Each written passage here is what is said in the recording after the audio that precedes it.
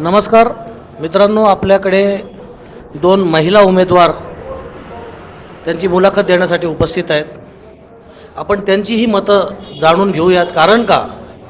पहिलं कारण तर हे की या दोन्ही महिला ज्या आहेत या सुशिक्षित आहेत, सुसंस्कृत आहेत आणि सगळ्यात महत्त्वाचं म्हणजे त्या प्रथमच निवडणुकीला सामोरं जात आहेत. तर अशा वेळेस या लोकशाहीमध्ये खरं म्हणजे असे उमेदवारांची आपल्याला गरज आहे.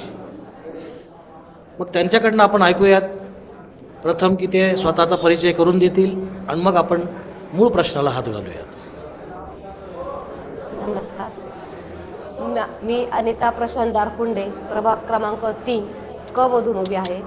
माझे चिन्ह आहे मशाल, शिवसेना, उद्धव बाळासाहेब ठाकरे. नमस्कार, मी डॉक्टर नीलम विपुल वाखुरे, मी प्रभाग क्रमांक 3 ब मधून उभी आहे. माझं चिन्ह आहे मशाल. मित्रांनो, मी मगाशी म्हटल्याप्रमाणे दोघीही जणी सुशिक्षित आहेत आणि प्रथमच निवडणुकीच्या रिंगणामध्ये उतरलेल्या आहेत. तर मी त्यांना प्रश्न विचारू इच्छिल की मगाशी मी म्हटल्याप्रमाणे फक्त वॉटर, मीटर आणि गटर या 3 शब्दाभोवती विकास नसतो. विकास कसा असतो तर त्या ठिकाणी याच्या पलीकडे जाऊन, पुढे जाऊन ज्याचा कोणाचा व्हिजन असेल, जो काहीतरी हटके विचार करतो, तो खरा उमेदवार. अन्यथा वॉटर, मीटर, गटर तर फार ग्रामपंचायतीत पण दिलं जातं. म्हणून आपण या महिला म्हणून यांना विचारूयात की या निवडणुकीच्या रिंगणामध्ये इतकं वाईट वातावरण असतानाही त्यांना उडी का घ्यावीशी वाटली? आता समस्या तर भरपूर आहेत आपल्या प्रभागामध्ये. तर वॉटर, मीटर, गटरच्या व्यतिरिक्त मला असं वाटतं की आपल्या प्रभागामध्ये महिलांसाठी, स्पेशली महिलांसाठी पब्लिक टॉयलेट्स, आता नगरमध्ये तुम्ही भरपूर जागेवरती जाताल तर पब्लिक टॉयलेट्स हे अवेलेबल नाही आहेत. तर मला असं वाटतं की आपण ते उपलब्ध करून दिले पाहिजेत. त्याच्यानंतर गार्डन्स म्हणा, पुणा मुंबईमध्ये तुम्ही जाताल तर तिथे एक मस्त मोठे गार्डन्स असतात जिथे मुलं टाईमपास करू शकतात किंवा खेळू शकतात. कारण आज मुलांना स्क्रीन टाईम हे खूप जास्त वाढलेला आहे. तर त्यांना तो स्क्रीन टाईम कमी करण्यासाठी आपल्याला काहीतरी वेगळा मार्ग शोधायला हवा. त्याच्यासाठी मुलांना मैदानी खेळाकडे आपण जास्त आकर्षित करून आपण गार्डन डेव्हलपमेंट म्हणा किंवा स्पोर्ट्स ॲक्टिव्हिटी म्हणा असे काही क्लब्स उपलब्ध आपण करून दिले पाहिजेत असं मला वाटतं. अच्छा, तुम्हाला काय वाटतं? तुमच्या प्रभागामध्ये तुम्ही काय अभ्यास केला आहे की त्या प्रभागामधली अमुक एक समस्या तुम्हाला खूप जाणवली की अरे याच्याकडे लक्ष का दिलं जात नाही? आपण महिने, वर्षानुवर्ष, पिढ्या त्याच त्या लोकांना निवडून देतो आहोत, तरी देखील ही समस्या सुटत नाही. किंवा अशा कितीतरी समस्या असतील कदाचित किंवा नसतीलही, पण तुमचा काय अभ्यास आहे तुमच्या प्रभागाविषयी? आत्ताच या मॅडमने सांगितलं की गार्डन पाहिजे. आपल्या प्रभागामध्ये एकच गार्डन आहे, ते म्हणजे आपलं सगळ्यांना माहिती ते गंगा उद्यान. पहिले 5 रुपयेप्रमाणे गंगा उद्यानचा रेट होता. आता सर्वांना माहिती आहे, आपण जर दुपारी गेलो तर त्याचा रेट अवाढव्य झालेला आहे.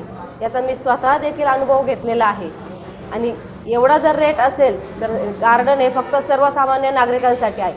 तिथे खूप मोठे लोक जात नाही. आणि सर्वसामान्य नागरिकांच्या मुलांसाठी काय पाहिजे?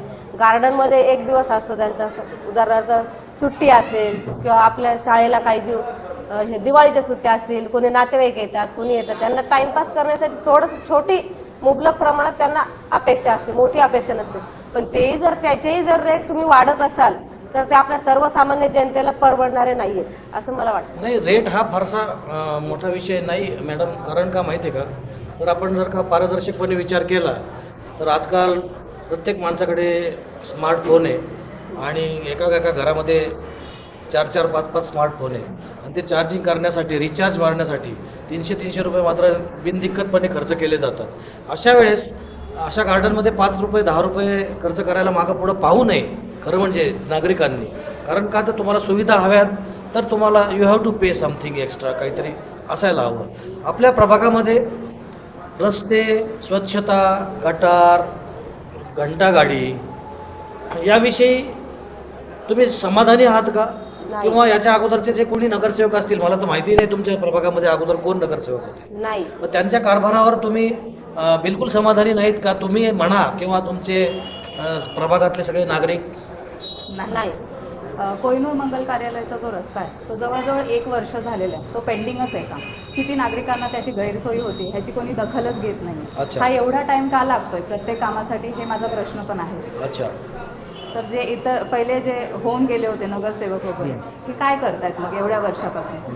अच्छा, तुम्ही मॅडम मला तुम्ही सांगा की या अशा धामधुमीच्या वातावरणामध्ये उद्धव ठाकरे यांच्या शिवसेनेच्या तर्फेच वर राहण्याचा तुम्ही का बरं निर्णय घेतला? राजकारण आता सर एवढं सोपंही राहिलेलं नाही आहे. त्याच्या पाठीमागे काही कारण आहे का? आपल्या पाठीमागे काय राजकीय वर्तुळात घरातून आलेलो नाहीयेत आपण. मी एक सर्वसामान्य घरातील स्त्री आहे. अच्छा मला गाडे सरांचा पाठिंबा भेटला. अच्छा आम्ही तुम्हाला सपोर्ट करू. अच्छा. त्यांनी आमच्याशी संपर्कात राहिले. त्यांनी आमचं काम पाहिलं. अच्छा. बोलण्याची कसं बोलणं आहे, वागणं आहे. शेवटी हेही उमेदवारांचं एक महत्वाचं आहे. तुम्ही घरात तुमचं आता तुम्ही संसारी स्त्रिया आहात हो. आणि आपण तर डॉक्टर आहात, तर अशा वेळेस तुमचा जो स्वतःचा व्यक्तिगत व्याप आहे ते सांभाळून तुम्ही हे सर्व नगरसेवक पदाला न्याय देऊ शकताल असं तुम्हाला वाटतं? नक्कीच सर, कारण माझे हस्बंड गेले 10 वर्षापासून या फील्डमध्ये आहेत. मी त्यांच्यासोबत प्रत्येक कार्यक्रमाला हजर असते.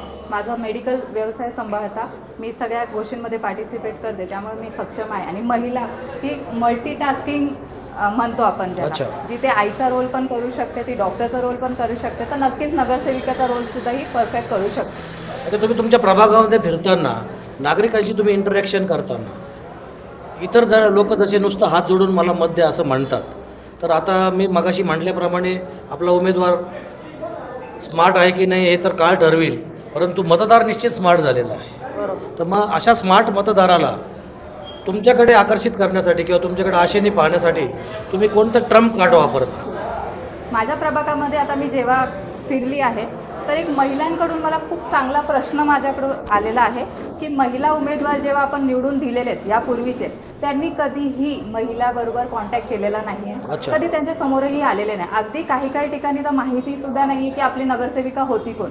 तर हा माझा सगळ्यात इम्पॉर्टंट पॉईंट आहे की मी सक्षमपणे निवडून आल्यानंतर त्या महिलांच्या कॉन्टॅक्टमध्ये राहणार आहे, त्यांचे प्रश्नही सोडवणार आहे.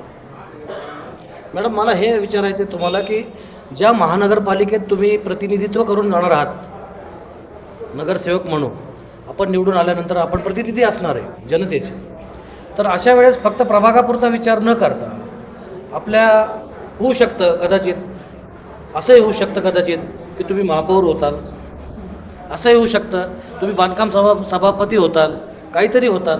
अशा वेळेस तुम्हाला संपूर्ण शहराचा विचार करणं ते पण व्हिजन हवं आहे. मग अशा वेळेस संपूर्ण शहराचा विचार करता तुम्ही शहराचा काही अभ्यास केला आहे का की आपल्या शहरामध्ये आजूबाजूच्या शहरांशी तुलना करता, नाशिक झालं, औरंगाबाद झालं, म्हणजे आजचं संभाजीनगर, पुणे झालं, अशा वेळेस अहिल्यानगरमध्ये त्यांच्या तुलनेमध्ये आपण खूपच मागं राहिलो आहे. तर हा झाला एक जनरल वाक्य झालं आहे, खूपच मागं राहिलो. कशात मागं राहिलो?